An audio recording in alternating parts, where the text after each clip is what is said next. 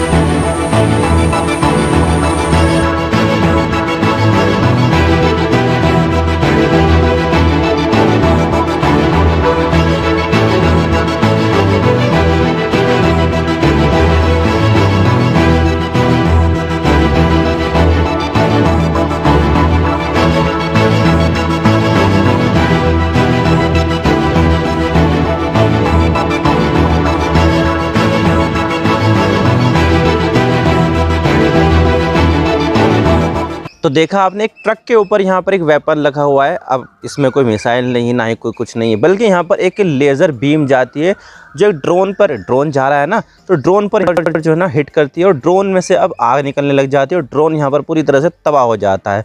तो ये बहुत ज़्यादा फ्यूचरिस्टिक है और ये जो है ना काफ़ी ज़्यादा एडवांस भी है। और अब यहाँ पर इंडिया जो है ना एक इलाइट क्लब में शामिल हो गया, जिनके पास ऐसी टेक्नोलॉजी है जिससे यहाँ पर जो है ना जो एरियल टारगेट है उसको यहाँ पर जो है ना डिस्ट्रॉय किया जा सकता है। और ये ऐसा करने वाला इंडिया मतलब कि अमेरिका के पास है, रशिया के पास है, चाइना के पास है, शायद इजराइल के पास भी है। इजराइल के पास आयरन डोम करके मिसाइल डिफेंस सिस्टम है और आयरन बीम करके लेज़र डिफेंस सिस्टम है। तो इजराइल के पास भी, और अब इंडिया के पास भी ऐसी टेक्नोलॉजी आ गई है। तो इंडिया ऐसी टेक्नोलॉजी हासिल करने वाला 5वां बड़ा देश बन गया। हालांकि देखा जाए तो दूसरे देश भी है, जैसे कि ईरान है, पाकिस्तान है, लेकिन उनके पास यहाँ पर जो है ना कम क्षमता वाला है, जबकि इंडिया के पास जो है ना 30 किलोवाट का जो है ना एक लेज़र वेपन का सिस्टम है, जो अपने आप में काफ़ी ज़्यादा एडवांस है और कुछ किलोमीटर तक ये अपने टारगेट को गिरा सकता है। तो कितना ज़्यादा खतरनाक है, आज इसके बारे में पूरी डिटेल के साथ बात करते हैं। लेकिन उससे पहले आप चैनल पर नए हो सब्सक्राइब जरूर कर देना, वीडियो को चाहे लाइक करो डिसलाइक करो, लेकिन चैनल को सब्सक्राइब कर देना। और आप यहाँ पर लेज़र वेपन्स के बारे में क्या समझते हो, क्या यहाँ पर इंडिया की जो डिफेंस कैपेबिलिटी है वो बढ़ गई है लेज़र वेपन से, कमेंट सेक्शन में ज़रूर बता देना। तो चलो शुरू कर दो। तो सबसे पहले हम यहाँ पर ये जानते हैं कि भारत को इस तरह के जो लेज़र वेपन्स है उसको बनाने की क्या ज़रूरत पड़ गई। हम यहाँ पर दोबारा, हमारे पास बहुत सारे मिसाइल वेपन्स है, S-400 भी है, लेकिन इसको बनाने की क्या ज़रूरत पड़ गई। तो मैं आपको बता देता हूँ कि ये जो लेज़र वेपन्स है ना वो यहाँ पर काफ़ी ज़्यादा एडवांस होते हैं और ये हाई मोबिलिटी वाले होते हैं। आपने देखा एक छोटे से ट्रक में भी यहाँ पर जो लेज़र वेपन्स है वो यहाँ पर आ जाता है, नॉर्मल रोड पर भी, और जो वैसे रोड होते हैं ऑफ रोडिंग उसमें भी यहाँ पर ये चल जाएगा। तो मतलब कि कहीं पर भी इसको डिप्लॉय करना आसान होता है। और साथ ही यहाँ पर जो है ना ये जो टारगेट को अचीव कर सकता है, ड्रोन हो गए, फिक्स्ड विंग एयरक्राफ्ट हो गए, छोटे मिसाइल हो गए, छोटे ड्रोन हो गए, तो उसको यहाँ पर ये टारगेट कर सकता है। और इसकी जो क्षमता है ना वो 30 किलोवाट की है। अब देखिए 30 किलोवाट आपको लग रहा होगा कि यहाँ पर जो है ना ये क्या यूनिट है, लेकिन मैं आपको बता देता हूँ कि 30 किलोवाट यहाँ पर काफ़ी ज़्यादा खतरनाक वाली यूनिट है। और इससे यहाँ पर जो है ना मतलब बहुत तगड़ी वाली बीम जाती है और अपने मतलब कि जो भी ड्रोन वगैरह है उसको यहाँ पर ये तबाह कर सकती है सिर्फ कुछ ही सेकंड में। आपने देखा भी होगा वीडियो के, एक ड्रोन को यहाँ पर किस तरह से यहाँ पर जो है ना उसको तबाह कर दिया, पूरा जल गया था, लाल हो गया था वो, उसके बाद यहाँ पर वो गिर गया। तो यहाँ पर जो है ना बहुत ज़्यादा खतरनाक होता है ये, और ये जो है ना मतलब काफ़ी ज़्यादा सस्ता भी पड़ता है। लेकिन अब सवाल यहाँ पर ये आता है कि किस तरह से वर्क करता है। तो आपने बचपन में या फिर अभी भी मैग्नीफाई ग्लास से एक पेपर को जलाने की कोशिश की होगी। अब देखिए मैग्नीफाई ग्लास क्या काम करता है कि इतना बड़ा ग्लास आता है और वो एक छोटे सी जगह को जो है ना मैग्नीफाई करके हमें दिखाता है।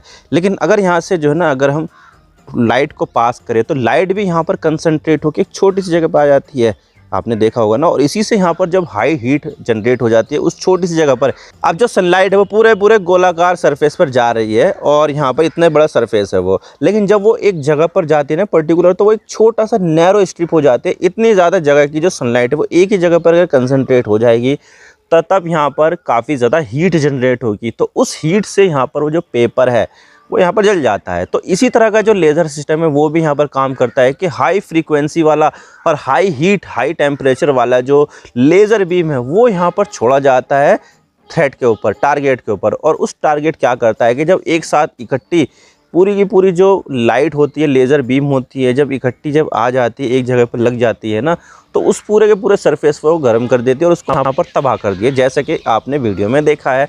तो कुछ इस तरह से यहाँ पर ये जो लेज़र बीम है, लेज़र वेपन्स है, वो यहाँ पर काम करते हैं।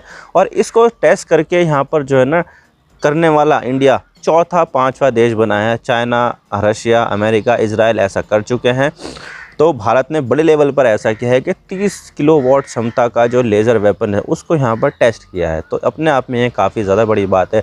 और इसको बनाने वाला कौन है भाई? DRDO है, defence research and development organisation, जो यहाँ पर कई सारी चीज़ें जो है ना बना चुका है और इंडिया को यहाँ पर सर्व कर चुका है। तो अपने आप में काफ़ी बड़ी उपलब्धि है ये। और जो लेज़र वेपन है भारत के लिए काफ़ी ज़्यादा काम आने वाला है। लेकिन सवाल यहाँ पर यह आता है कि हमारे पास एयर डिफेंस सिस्टम इतने सारे मौजूद हैं, तो फिर हमें लेज़र वेपन की क्या ज़रूरत पड़ी? तो लेज़र वेपन की ज़रूरत है क्योंकि ये काफ़ी ज़्यादा सस्ता होता है। अब देखिए हमें यहाँ पर अगर हम एयर डिफेंस सिस्टम का इस्तेमाल करेंगे तो हमें यहाँ पर चाहिए होगी है मिसाइल। मिसाइल कोई सस्ती नहीं बनती है, काफ़ी ज़्यादा महंगी बनती है। एक कार से भी ज़्यादा महंगी एक मिसाइल बन जाती है, अपने आप में काफ़ी ज़्यादा महंगी है। तो उस मिसाइल को ऑपरेट करने के लिए भी जो है ना काफ़ी ज़्यादा जो है ना टाइम भी लगता है कि उसको यहाँ पर पहले लोड करना, फिर उसको यहाँ पर जो है ना लॉन्च करना। और ये काफ़ी ज़्यादा भारी भी होती है और यहाँ पर कोई रीयूजेबल उसका कुछ है तो नहीं है, यानी कि एक बार छोड़ दी ख़त्म। यानी कि अगर यहाँ पर हमारे लॉन्चर की सारी मिसाइलें ख़त्म हो जाए तो लॉन्चर किसी काम का नहीं रहता है। तो यहाँ पर मिसाइल ख़त्म, काम तमाम तुम्हारा। अगर यहाँ पर मिसाइल ख़त्म होने के बाद तुम यहाँ पर डटे रहोगे तो कोई आकर तुम्हारी मिसाइल के ऊपर मार के उसको ख़त्म कर देगा। तो ये जो मिसाइल डिफेंस सिस्टम है ना उसकी यहाँ पर ये वल्नरेबिलिटी है कि एक बार छोड़ने के बाद पूरा ख़त्म हो जाता है। लेकिन यहाँ पर जो लेज़र सिस्टम है वो यहाँ पर काफ़ी ज़्यादा रीयूजेबल होता है। यानी कि यहाँ पर आप जो है ना एक शॉट मारोगे, उसके बाद फिर से शॉट मार दो, उसके बाद फिर से शॉट मार दो, उसके बाद फिर से शॉट मार दो। यानी कि यहाँ पर ये कभी ख़त्म ना होने वाली लेज़र बीम छोड़ सकता है।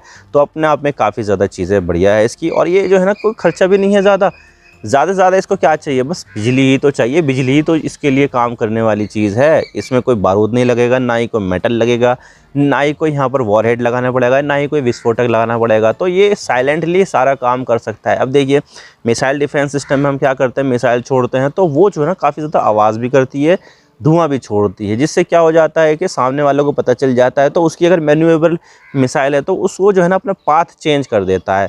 तो इससे यहाँ पर क्या हो जाता है कि अपना जो वो शॉट है वो मिस हो जाता है मिसाइल वाला, और उससे यहाँ पर खर्चा भी बढ़ जाता है।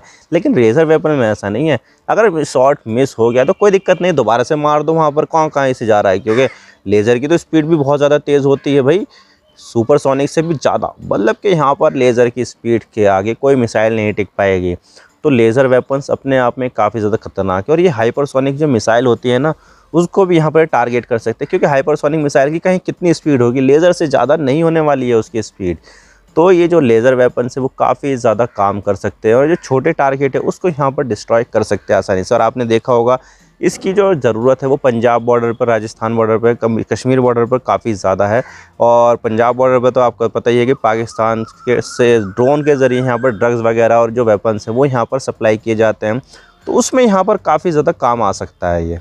लेकिन हर सिस्टम के यहाँ पर कुछ ना कुछ ड्रॉबैक तो होते ही हैं, और लेज़र सिस्टम के भी यहाँ पर ड्रॉबैक हैं। अब देखिए जब कभी यहाँ पर बारिश हो, धूल आंधी चले, या फिर जो है ना मौसम ख़राब हो, तो ऐसे में यहाँ पर ये जो लेज़र वेपन है वो काम नहीं करे, क्योंकि रास्ते में जो है ना बादल आ जाते हैं, बारिश वगैरह होती है, तो लेज़र सिस्टम कैसे काम करेगा? किसी भी तरीके से काम नहीं करेगा। जबकि जो मिसाइल होती है मौसम की वजह से उसके ऊपर कोई फ़र्क नहीं पड़ता है, मिसाइलें यहाँ पर जो है ना अपने टारगेट को भेज देती है। तो लेकिन यहाँ पर जो लेज़र वेपन है उसके लिए यहाँ पर मौसम एक बहुत बड़ा मैटर है। मौसम अगर ख़राब होगा तो भाई दिक्कत हो जाएगी। मौसम अगर सही होगा तो ठीक है, ये सही काम करेगा, चाहे दिन हो चाहे रात हो, कोई दिक्कत नहीं होगी। लेकिन यहाँ पर मौसम अगर बिगड़ गया तो ये समझ लीजिए कि निष्क्रिय हो गया ये। लेकिन यहाँ पर इसकी जो मोबिलिटी है वो अपने आप में काफ़ी ज़्यादा खास है। छोटा सा वेपन है, कहीं पर भी इसको डिप्लॉय किया जा सकता है। ज़्यादा महंगा पता नहीं इसके बारे में अभी डिटेल के, महंगा है या सस्ता है, लेकिन इसको चलाने के लिए बस बिजली की आवश्यकता होती है। बिजली यहाँ पर उसमें लगे हुए जनरेटर से पैदा की जाती है, जो बैंक वगैरह में होता है, तो उसी से यहाँ पर जो ना काम इसका हो सकता है। तो लेज़र बीम मारने के लिए इतना काफ़ी है मुझे लगता है जितना। तो ये सब चीज़ें हैं और इससे यहाँ पर भारत को काफ़ी ज़्यादा बेनिफिट होगा। एक तो कॉस्ट इफेक्टिव बनेगा और ये जो है ना एरियल टारगेट को आसानी से डिस्ट्रॉय कर सकता है। हालांकि इसकी जो लिमिट है अभी थोड़ी ही है, ज़्यादा इसकी कोई 50-60 किलोमीटर नहीं है, ना ही सैकड़ों किलोमीटर है, इसकी थोड़ी ही लिमिट है और उसी में यहाँ पर ये काम करने लायक है। लेकिन यहाँ पर जो DRDO इसको और ज़्यादा इम्प्रूव कर रही है, इसकी यहाँ पर जो रेडीनेस है वो बढ़ा रही है, इसकी क्षमता बढ़ा रही है और इसकी जो रेंज है वो भी यहाँ पर बढ़ा रही है। और उसके बाद और जो वेरिएंट होंगे वो यहाँ पर और बन के तैयार हो जाएंगे। और यहाँ पर ऐसा भी है कि DRDO कुछ इस तरह के वेरिएंट भी डेवलप कर सकता है जिससे यहाँ पर इंडिया ये जो डेवलप सिस्टम है उसको यहाँ पर एक्सपोर्ट भी कर सके अपनी फ्रेंडली देशों को, जैसे UAE वगैरह जो फ्रेंडली देश है, इंडोनेशिया, फिलीपींस है, जिसको हम यहाँ पर अपने वेपन्स देते हैं। इजिप्ट हो गया, सऊदी अरब को भी दे सकते हैं हम। तो इन देशों को हम यहाँ पर इस तरह की जो लेज़र वेपन्स है वो यहाँ पर सप्लाई कर सकते हैं और इससे यहाँ पर काफ़ी ज़्यादा आमदनी भारत की हो सकती है। तो भाई ये चीज़ है। और यहाँ पर जो है स्टार वॉर के जैसा यहाँ पर सिस्टम जो है इंडिया ने डेवलप कर लिया, जो अपने आप में काफ़ी ज़्यादा फ्यूचरिस्टिक है। आप इसके बारे में क्या सोचते हैं कमेंट सेक्शन में ज़रूर बता दिएगा। आई होप आपको सारी बातें समझ में आ गई होगी। अगर वीडियो थोड़ा सा ही पसंद आए लाइक ज़रूर कर देना और चैनल पर नया हो तो चैनल को सब्सक्राइब जरूर कर देना। आपके एक सब्सक्रिप्शन से हमें आगे कंटेंट बनाने की मोटिवेशन मिलती है। Thank you for watching. I really appreciate your time. God bless you all. Now signing off.